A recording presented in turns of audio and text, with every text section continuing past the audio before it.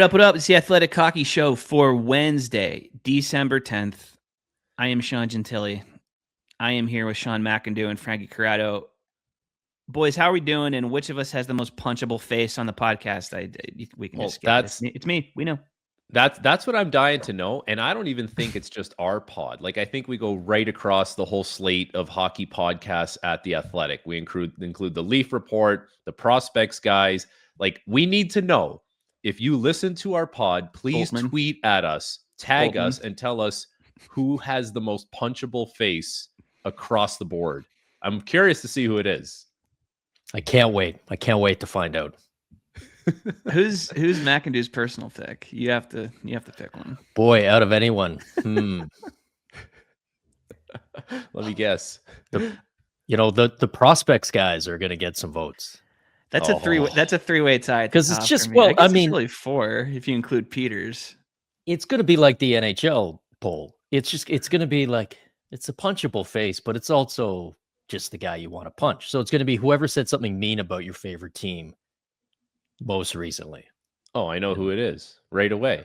If you could get the locator on where all the tweets would come from, Corey Pronman in Montreal for saying that Lane Hudson has average puck skills and average skating and average compete. Do you think they're ever going to forget about that? I don't think so. Were they upset by that? I don't know. I couldn't tell. I was by the fact that they show up in my comment section. Yeah, it's like I wrote a story about color on color jersey matchups, and it somehow turns into a relitigation of Lane Hudson's puck skills. So you're guilty by association. See, sometimes that happens at TSN where the O-Dog will say something on Overdrive and it's, opinionated and it's harsh. And we all got to wear the brunt of that. It's a company-wide problem. Yes. Yeah. Or Craig will do his Sports Center hit where he puts someone into the, what is it? The roast house or something.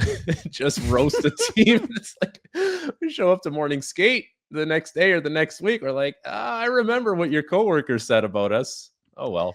Yeah. A good one I really recommend is to try to have the same first name as somebody else at the company. Because that one, people really pay a lot of attention to detail, and they definitely don't get mad because somebody with the same name as you said something.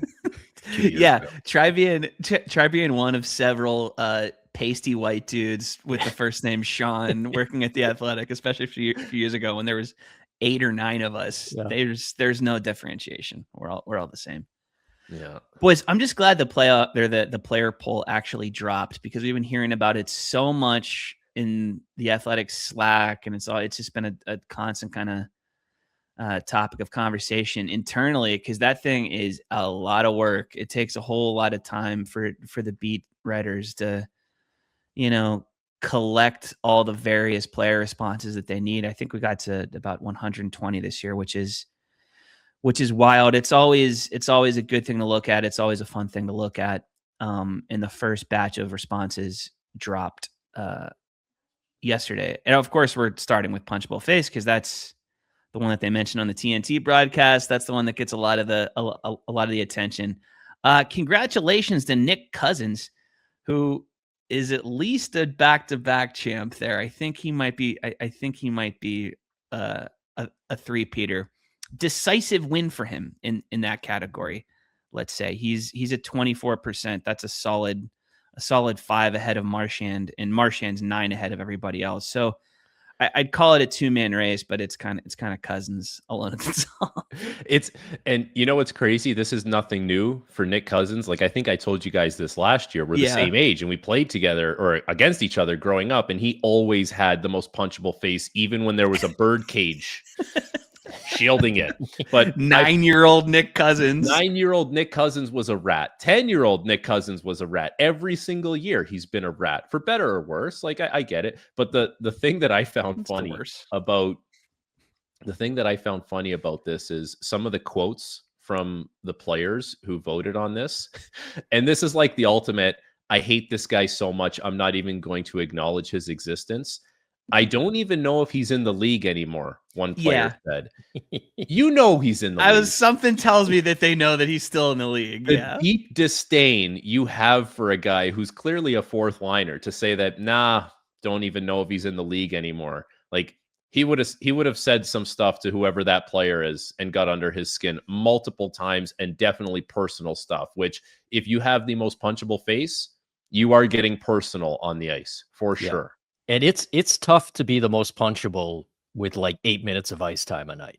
Like Marchand, you could understand. Yes. Matthew Tkachuk, you could understand. Brady Tkachuk's got to be furious. I know he missed time, but I mean, he got one vote in the entire league. Nick Cousins just taking all of the punchableness on his own. I mean, his punchable per 60 has got to be insanely off the chart, because the guy barely plays. Leads the league. That's actually that's a new tab on Evolving Hockey. Actually, punchable punches to the face per 60. Money Puck's got like a little punchability. It's a graph where it's the player's face and the eyes get like blacker as based on how much. It's fun. It's funny to see that there's like some subtle differences between Evolving Hockey and Natural Stat Trick and Money Puck on punchability per 60. Like they haven't quite figured it out. They can't all get on the same page. You'll see some different rates depending. If you looked up from your spreadsheets, nerds, you would know who was most punchable. Exactly. Don't you guys find some of the quotes on this pretty fascinating? What certain players say about certain things? They're the best part. Here's the one that kind of jumped off the page at me as well, is Brandt Clark, who's a young puck moving defenseman who's just kind of got that, I don't know, like, there's a look that young players have where it's not deer in headlights, but you could tell everything's kind of new and you're really working hard to kind of make a name for yourself. And the quote for him is, everyone hates him and wants to punch him in the face, one player said. And I'm like, man, in such a short period of time, a young puck-moving D-man who I don't really see as a rat has got this reputation that everyone hates you. And the guy, like, multiple people, if someone's saying that, multiple people have gone up to him on the ice and said, dude, by the way, everyone hates you, including your teammates, which is the worst possible thing that you could hear from anyone. When you hear that, you're like, your heart sinks a bit, because part of you dies and you're like, he might, like, I think that guy's friends with someone on my team in my room. And I'm like, it could be true. Like, it honestly could be true. And you go back to the bench and you start thinking about it. You're like, is it? Maybe. Did they poll head coaches and was Jim Hiller allowed to vote for Brandt Clark himself? Because based on how he uses Brandt Clark, I feel like there might be some kind of there might be some kind of personal issue going on there.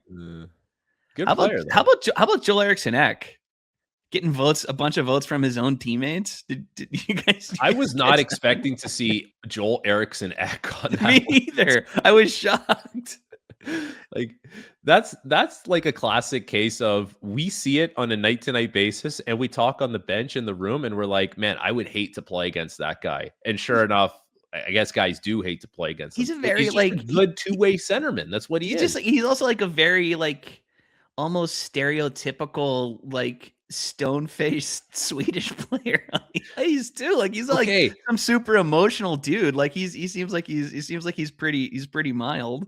I'm happy you brought up the fact that he's Swedish though, because like when I played a year in Sweden, and when I played there, I kid you not, it was like rugby on ice. The amount of like clutching and grabbing and guys doing like weird stuff. Like in Sweden, they, I'll go out and say it. I don't care. I don't have to answer to anyone in Sweden. They dive a lot. And when they get hit, it's like the end of the world. I'm not saying Beckett Sennecke is like that. He's not. He plays a pretty honest game. But like the rugby on ice component, I could definitely see that, translating from SHL hockey to NHL hockey, and that would make him annoying, thus punchable. Wow, he's the only Euro making a bid for the punchable face votes from Sweden. Yeah, in the lobby. We're huge in Sweden too. Yeah, so we're expecting an influx of votes there. Beckett Sennecke was the only Euro player to show up on the list. Actually, I take that back. Stutzel's there. Yeah, Zadorov was there too. He was fairly low. Did I scroll over him? Yeah, it's tilted. It's tilted towards Canadian and North American players, though. Let's say, and rightfully so. Yeah. the other big category I wanted to get into is, of course, the where does Connor McDavid end up 3 years from now thing. You look at it initially and you see the Oilers at the top of the list. And you see no super close second place, right? Like it's largely a bunch of teams that are splitting up the rest of that vote, and you think maybe it's not that big of a deal. I think if you frame it as 44% of the players that were polled think he's going to end up somewhere else, I think that's when it gets a little bit more interesting. I think that's the way to frame it. You have barely a majority of the 120 players polled here think that he's going to be in Edmonton past the 3-year mark, which is a little bit interesting to me. I found this fascinating because, like, if you're a player around the league, you're so deeply entrenched in what you're doing every day, and you're worried about yourself, but you have a pulse on what's going on. And you would have a pretty good pulse on the Oilers because they're a team that gets talked about a lot. McDavid plays there. They've gone to 2 straight Stanley Cup finals. And from playing against them, you would have a feeling whether this is a team that McDavid could see himself winning with down the road. And so that, 56.4, whatever it is, percent of players that were polled think that McDavid will stick around in 3 years. That bodes really well for the Oilers. I personally, if I were to guess what that number was going to be, I would have said high 30s, low 40s maybe. But I mean, that's got to be a pretty encouraging sign if you're an Oilers fan that his peers think for the most part he's not really going anywhere. It's encouraging until you scroll down and you see the Sidney Crosby poll where it's, what was it, high 80s, something like that? About 75%, yeah. Okay, all right. So I mean, even that's pretty high number of players going, no, he's not going anywhere. So he's not. It was. I'll tell you the 2 things I found fascinating. The one is like Sean, you mentioned, almost 50% of the league thinks he's going somewhere, but nobody can agree on where. And in fact, the number 1 team on the list at 10% is the Maple Leafs, which is, that's just kind of like the default. He's going to go somewhere, but I don't really know. So I'm just going to name a big market team. The Rangers kind of got some of that too. There doesn't seem to be any sort of consensus on where it would be versus Crosby, where there's, pretty much 2 teams. The other thing I got to say on those 2 is I want to give a shout out to the one player, and I know it's anonymous. I know I'm not supposed to know whether it was the same player who gave both votes, but I'm going to go out on a limb and say it was one guy who didn't enjoy being asked this question, because there was 1 vote each for Sidney Crosby going to Philadelphia and Connor McDavid going to Calgary. Guys, you're allowed to just say no to the poll. You can just tell the writer to get lost. You don't have to intentionally. Everyone hates doing this. I'm going to pull back the curtain on this a little bit. This is one of the worst things I have to do, and I am so glad that I don't have to get involved with this. Asking dudes to do this sucks, and it sucks for us, and to some degree it sucks for them. So we did this. What's the steps that it would take for Connor McDavid to be a Calgary Flame? I don't even listen, no disrespect to Calgary. I don't even think there's a step possible. I really don't. If 31 teams folded and Calgary was the only one left, is that a possibility, or is he in the KHL? He's in the K. It depends how much Gazprom is willing to pay him to go to the KHL. But okay, forgetting about Calgary, right? There's teams that got not significant percentage of the vote, but the Utah Mammoth got 1.8%. The Anaheim Ducks got 1.8%. I'm sorry, but there's no world where that's happening either. Those are just blow off answers, man. It's crazy, because if you go Edmonton, Toronto, New York, Chicago, Vegas, Tampa, you're like, okay, all reasonable. But then, I mean, it just feels like there's some where there's really no chance. Just like Crosby's got 3 possibles, like Pittsburgh, Colorado, Montreal. McDavid at the most could have 5 realistically, and even that might be too much. I was surprised Vegas was as low as they were. Vegas basically got 5 votes out of the 100+ players. I thought, if anybody, I maybe would have picked them to be number one on the non-Edmonton list, just because they go after everybody. They always find a way to make it happen. Players seem to want to play there. So I would have thought that would have been the one, but apparently not. Not a ton of players. Tampa's low. You think Tampa's too low? Yep. Yeah. No cap space. Votes. No future assets to make it happen, and yet Tampa's too low. It's Florida. It's Tampa. It's John Cooper. It's interesting though. It's all that stuff. We got 5 or 6 votes for the Florida teams combined. That's low. Yeah, you're right. And so if you think about Florida, they have stockpiled players from the 2014 draft, right? Like they have Ekblad, Reinhart, Bennett. They were all in the same draft, 2014. Am I right there? I'm pretty sure I'm right. Yep. And so McDavid was the 2015 draft. If you had McDavid and Eichel playing together in Vegas, like there would be Vegas stockpiling 2015 players, but it wouldn't just stop there. Like Mitch Marner was a 2015 player.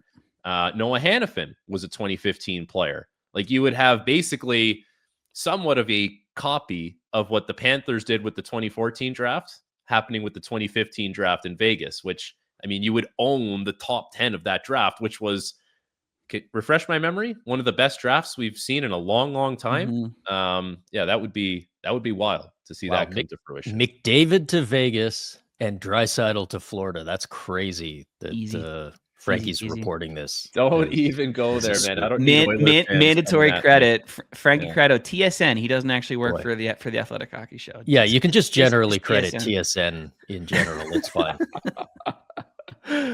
There's more stuff from the poll on the site, and there's also more coming.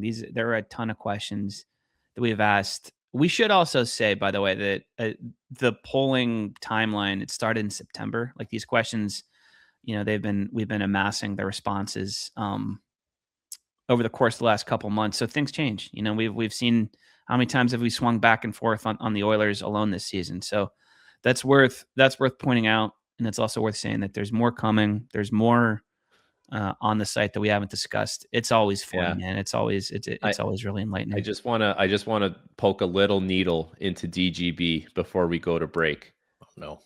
And the one I was going to ask about, does state income tax actually matter? Oh, yes or no?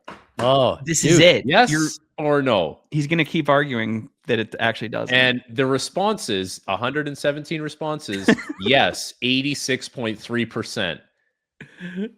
Except my man. That? So if people listen to my other show on Puck Soup, we got into a downright argument yesterday, which we don't often do, because look, 5 years ago, I was one of the first where I wrote, this is an overblown issue. It doesn't matter. Stop talking about it, and on down the line. I'm at the point now where I'm willing to say, I think I was wrong.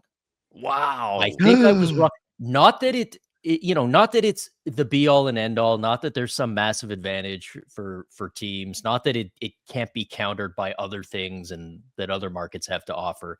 And I don't believe the league should do anything, because I don't think the league can do anything. But I was surprised at how overwhelming the majority was on this one. I don't know that you could get 85% of NHL players to agree on whether ice is cold. Dude, on which hotel they like to stay at. Like, honestly. Exactly. But here's the crazy thing about it. Like, they all seem to agree that it matters for them, and it's hard to argue, man. Like, they're the ones that are going through it. They're the ones that have to work with their financial advisors on doing all these things. So given the option, like, as long as the team's good or semi-good, they're taking that option. Like, it kind of, all the speculation around, does it actually matter? No, it does matter. And the fact that not only that the number was so overwhelming, but some of the quotes where the players are basically saying, like, look, come on, you'd have to be an idiot not to think. Like, and I'm be, kind of going, be real. Right. Although the one thing to bring it back, okay, so if no tax states have such an advantage, why do we think Connor McDavid is Edmonton, Toronto, New York are the top 3 options? Like, It just feels a little. I don't think they should be. Well, McDavid will always make up for it with like CIBC and whatever else he wants to sink his time into. But I mean, the headline for this is, spoiler alert, guys who make a lot of money care about retaining a lot of money. Yep. That's the bottom line. Rich people don't like taxes. Oh, okay. That's interesting. Yeah. That's news. Yeah. Frank, you should have brought out your little adding machine and your green visor and done the accountant bit. Frankie the accountant, he's back in the house. Dude, the amount of things that I used to use my calculator on my phone for, like, is astonishing. All the teachers that said you're not going to be able to carry a calculator with you wherever you go for the rest of your life. Liars. Where are you at now? Because I'm using it and I'm loving it. You hear that, Mr. Walker? My algebra teacher. We had Mr. Dimitri. I think he was Russian. He wrote the textbook that we were working out of. That's a dagger. That happened to me in college a few times. The textbook. His name was in the textbook. Like, yeah, this guy, I guess, knows what he's doing. Yeah. Well, like Frankie, you kind of said there's some banger quotes about the tax situation. There's some good stuff about punchable faces and whatever else. Lots of posts on the site, and there's more coming. So enjoy the player poll stuff. And we'll be right back. We're gonna talk about some games. It was a weird. I know we don't typically go super in on stuff that happened last night, but it was a weird night. So we're gonna hit on that. Our buddy Connor McDavid might figure into the conversation as well. Stick around. All right, we're back, fellas.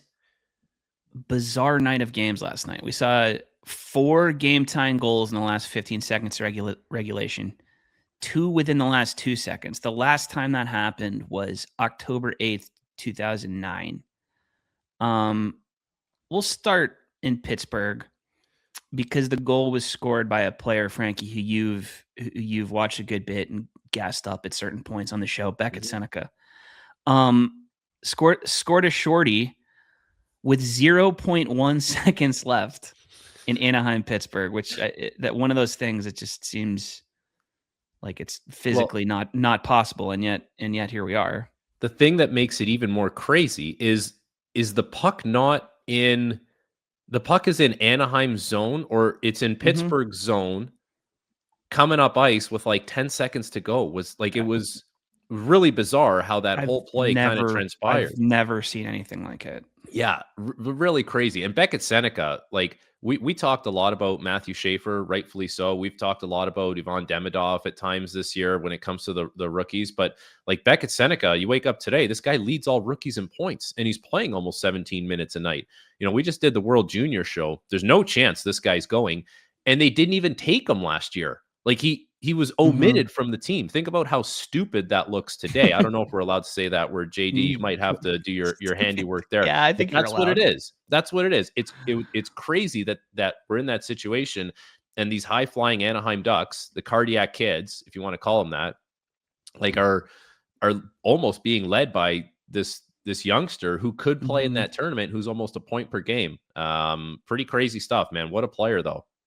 First rookie to 10 goals too. Like, I would not have, if you had asked a day ago or 2 days ago, like, who's going to hit that mark first, I think you'd get people saying, you know, whatever, maybe not Schaefer, but I did Demidov. Like, I don't think people would drop Sennecke necessarily. Well, Demidov is more of a playmaker. Schaefer is a defenseman. Kapanen's got 9 very quietly. The young rookie in Montreal, who, by the way, like, they're in crisis mode right now. Yeah. I don't know if you guys saw this after the game. They lose 6-1 to Tampa. The game finished at 9:45, let's say. At 10:22, they came out with a press release saying they've called up Owen Beck, Adam Engstrom, and Jacob Fowler, the goalie of the future for them, who really should not be getting called up at this point in his career. Like, they obviously want him to play in the minors for a reason, but they can't get a save at all.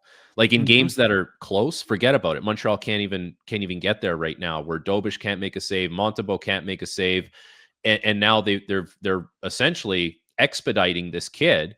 Who is this not what happened in the past? Like with Patrick Waugh, hey, you're right into the fire. Carey Price, go ahead, you're right into the fire.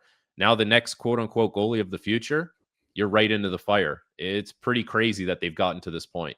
Did work out pretty good for those two guys, though. Yeah. That was all right. Hopefully he's not the next Steve Penny for you, my fellow olds out there. Yeah, they're forcing the issue. Like poor Jacob Fowler. It's like, well, I'll work with Patrick Waugh and Carey Price. Okay.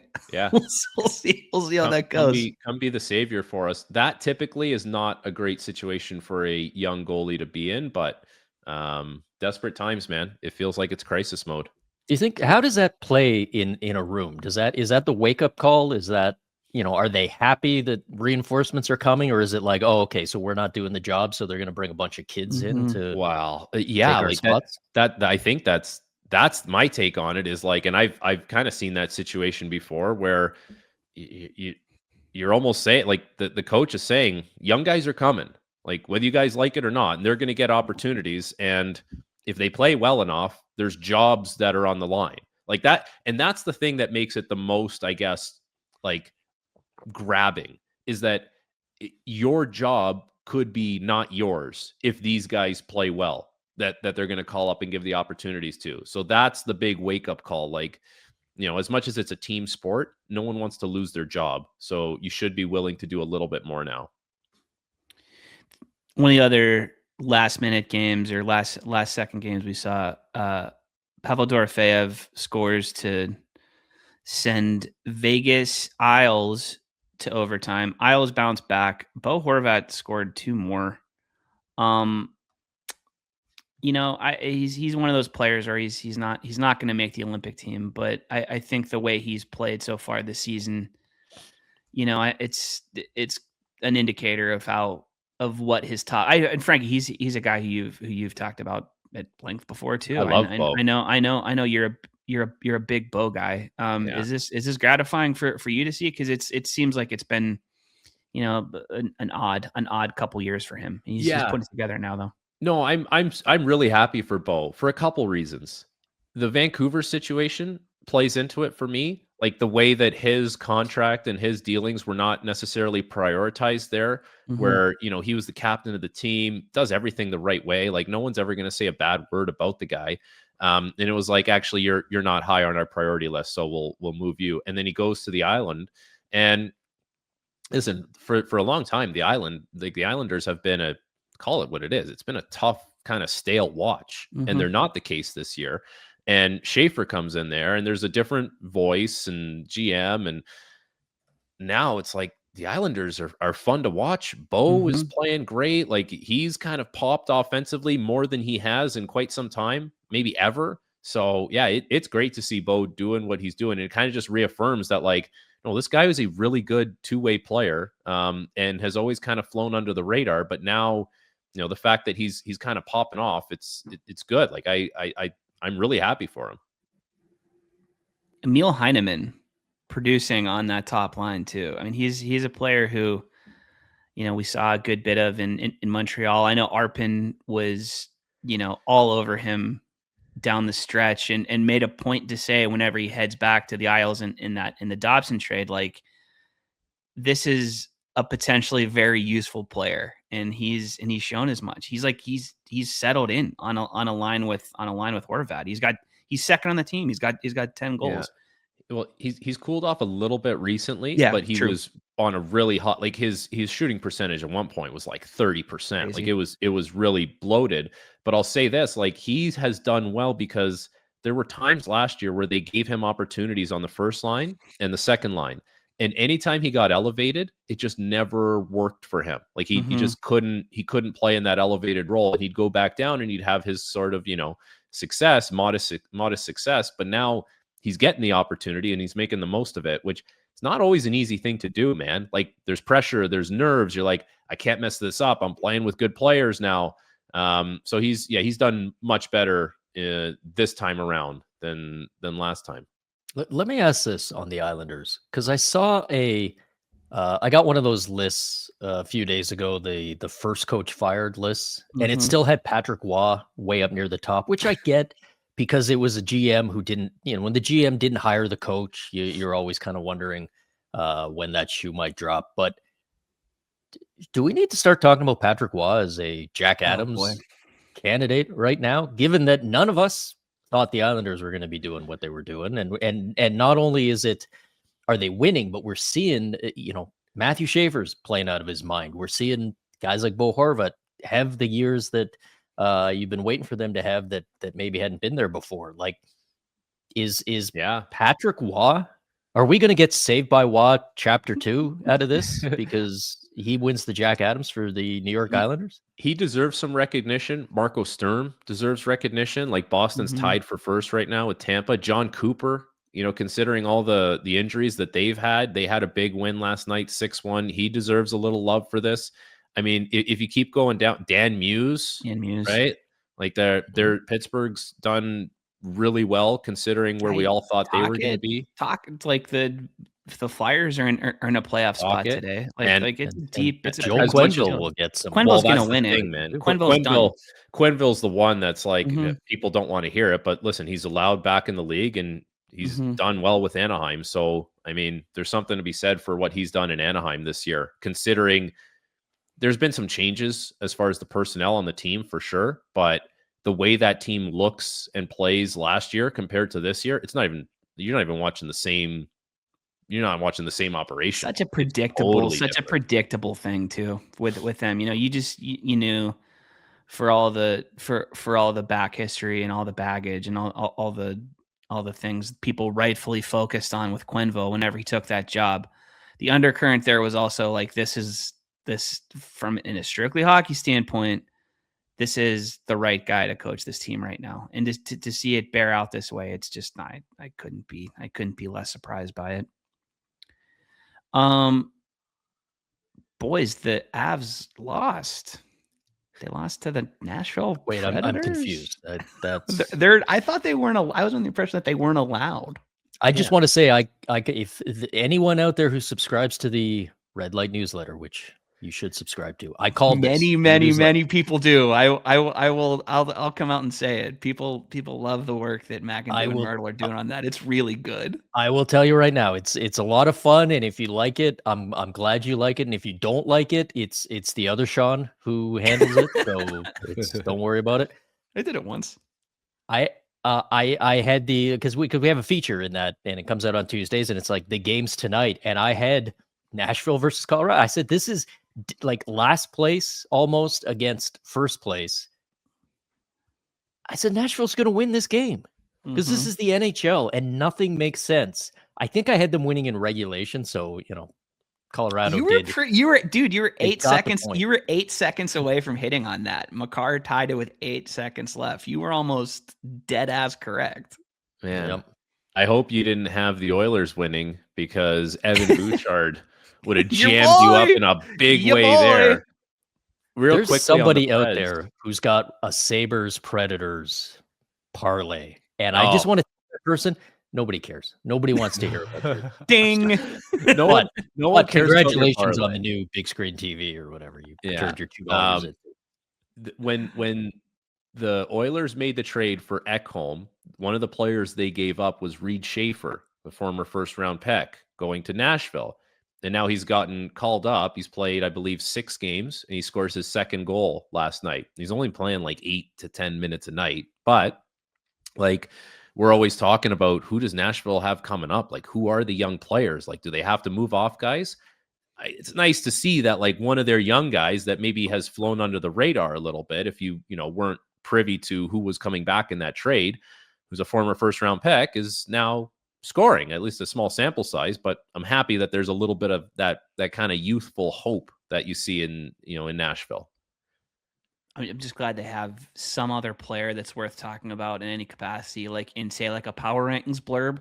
Like, we're trying to find stuff to do every week, Dom and I, and it's like, we can't. I mean, God bless Luke Evangelista. He's having a good season, but like, we can't focus on that dude every single week. Yeah, big ups to your boy Evan Bouchard though in the Oilers game. It just looks when those things happen, players make mistakes. Like last night in the Sens game, Tyler Clevin goes back for a puck, he tries to make a play, gets picked off. 1 second later, it's in the back of the net. But when Clevin does it, it looks like more like he's digging in more. When Bouchard does it, it just looks so casual all the time. There's just an optic thing that it's crazy to see, but it's happened quite a bit now. He's a hell of a player. He's a hell of a player, but these things happen and it looks so casual. You know who else is a hell of a player? Connor McDavid. Yeah. 2 goals in the third. He scores with 2 seconds left to send that one to OT. That was the fourth of the 4, last second, air quotes, second goals that we saw. He's got 5 goals and 3 assists in the 3 games he's played since we last spoke. He had 6 shots last night. For a guy who will never shoot the puck, like shooting the puck is his third option, it seems like, when he gets into like scoring areas. Last night he had 6 shots. He is so much more dangerous when he has a shot threat. And listen, it's never going to be like a top 5, top 10 shot in the NHL. But the guy scored 64 goals in this league before. Like it's a better shot than maybe he even gives himself credit for. And so if he's willing to do that, that's an even more dangerous version of McDavid. And it feels like that's more like the guy we saw the year that he scored 64. And Sean, you said since the last time we talked, refresh my memory. Did one of us trash Connor McDavid? I wouldn't say I trashed him. I think somebody has. I think I. Good luck to the rest of the NHL. McDavid's mad now. Sufficiently motivated him. So he's mad because we had the McKinnon-McDavid conversation. That's right. Look out. Choker. I wanted to end with a quick little trivia game. We don't do this that often, but I thought this one was fun. Dallas beat Winnipeg 4-3. Their point streaks at 11 games. Also, like from a point percentage standpoint, they're creeping up on the Avs. I don't want to say that they're breathing down their necks necessarily, but the gap between those two is probably a little smaller than you would have guessed. Dallas playing really well. Mikko Rantanen had 3 points, so he's got 60 in his first 50 with the Stars. This is an incredible fake stat, courtesy of the NHL. 10th most by a player in their first 50 games with the franchise since 2005-2006. There are 9 players who've scored more points than he has in his first 50 games with his team. How many do you think we can name of those 9? So this is coming from a trade or just new team? No. So do like Crosby and Ovechkin, would they qualify? They would. Rookies? Oh, okay. They would. They may or may not have. Oh, okay. Most points through first 50 games with the franchise. McDavid is not on the list. Huh. I think, okay, well, let me first give my first guess, which I think is the only one that I'm completely sure on, is Joe Thornton. Joe Thornton, number 1, 74 points in his first 50 games with the Sens. I think Crosby and Ovechkin are on the list because they both got to 100 points, I want to say, as a rookie. So that'd be about on pace. You have 1 strike between the two of you because of Frankie's guess. Okay. You want me to take another guess? Yeah. I'll give it to Mac and Dude. I'll be generous and not give you a strike here. Crosby not on the list. Ovechkin is. He had 65 points in his first 50 games with the Cap. So you've got 2 of 9. Is Malkin on the list? Malkin is not on the list, which was a bit of a surprise to me because I feel like he came out on fire. Brutal. Did Jack Eichel get there in Vegas? Jack Eichel did not get there in Vegas. Wow.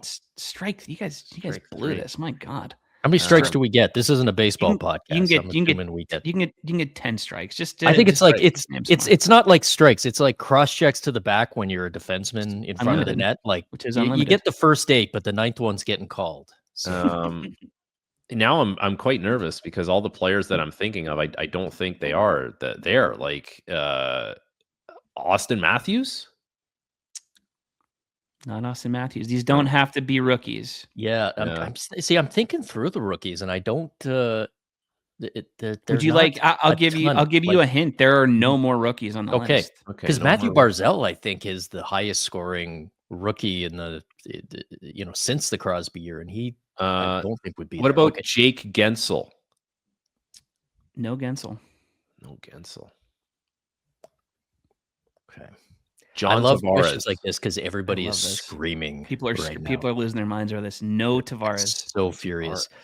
Artemi Panarin with the Rangers. Artemi Panarin, 71 points in 2019-20 with the Rangers. He is number 3.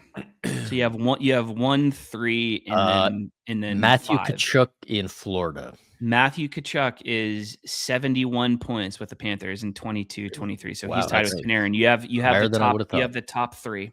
I would also like to cast a vote for not Jonathan Huberdeau. that is number 1 is not Jonathan Huberdeau. Yeah. Yeah. You just keep going. I'm useless in this. Oh man, that may have tapped me out. Michael Bunting. No, I'm just kidding. Like furiously scrolling to find Bunting on the list. I'm looking at names somehow. I'm looking at names. Nothing is even like refreshing my memory right now at this point. It's tough because I mean it's going to be trades or free agents. The ones you haven't done yet are in the first. There, it's 2010 or earlier. Yeah. Would you just 2010 or earlier? Yeah. Okay. Jeff Carter. Not Jeff Carter. We have, and I would say that certainly 2 of these guys are Hall of Famers. There's a third that's probably questionable, and then one that's not. And then 2 that aren't going to make it. Hall of Famers switch teams in, let's say, the first few years of the cap. Man, only one of them was a free agent, if I remember. I got no idea. Okay. Number 4 with 68 points. Danny Heatley. Heatley. Hold on. Yeah, okay. I was going to say Heatley and Hossa probably both. That's right. The list. Yeah, all right. Got traded for each other. All right. And then Peter Forsberg. Oh, Flyers. Wow. No 506. People forget how good he was with the Flyers in his first season in Philly. Okay. He was incredible. Would not have got that in 100 guesses. A million trillion years. Mm-hmm. And then the other one on the list, the final one on the list, Mark Savard, Bruins, 06-07. I never would have got that. I was actually I was thinking him, but I was thinking him with Atlanta. And you're right. He went to Boston and had like the 90-point season. That's a good one. It's a good way to close out our time together. The 3 of us is with a trivia contest that you do poorly on. No one wins. Poorly run. When we talk, no one wins. Frankie, you have a drive ahead of you today, my man. Yeah, buddy. I got to drive to Pittsburgh today. Lord help me. It's snowing. I'll see ya. Driving from Toronto to Pittsburgh couldn't be me. Never heard of such. Be you. Let's get dinner tonight or something, man. Okay, I'll let you know when I get in. All right. Yeah, midnight. Yeah. I don't have anything better to do. Okay. See you. Drive safe, brother. Talk to you soon. Bye. All right, there goes Frankie. Me and McIndoe will tell you what we've learned in a second here. But before that, folks, the college football playoff bracket is set. It was a roller coaster season. We got the final 12 minus Notre Dame. They're going to fight it out to make January's national championship game. The Audible, which is the Athletics' dedicated college football podcast, and it's led by Bruce Feldman, Stuart Mandel, and Ralph Russo. They're covering every blade of grass on the field. They got you covered there. So in the run up to the CFP, tune in there. It's a great show. And again, Notre Dame not involved. What a shame. What have we learned, McIndoe? What have we learned, Sean? I think I got to write a new article because it was a few years ago now. I got sick and tired of listening to people performatively pretend that they didn't understand how goalie interference works. Fake outrage. And to be clear, if you're a fan and you don't get goalie interference, I understand. Read the article and hopefully it'll help. But if you're like in the media or if you're somebody in the game, like just say the call went against you and you're mad. Apparently I got to write a new one because now I went from a week ago having never heard of this to now we're up to like 3 or 4 different teams complaining that nobody knows what a hand pass is. Lindy Ruff, the latest to say that. So I got to do 2 things. I got to write an article about what a hand pass is. And before I do that, the other thing I got to do is I got to learn what a hand pass is because I have no idea, but I got to figure it out. And then I will write a piece where I act like I knew all along. I'll probably just get ChatGPT to explain it to me. It'll be fine. That's what I do now. Use ChatGPT for everything. It's where you pass your hand. It's where somebody's hand is on the ice and you pass it to another player. You can't do that. It's illegal. Unless you're the Oilers and you get away with it.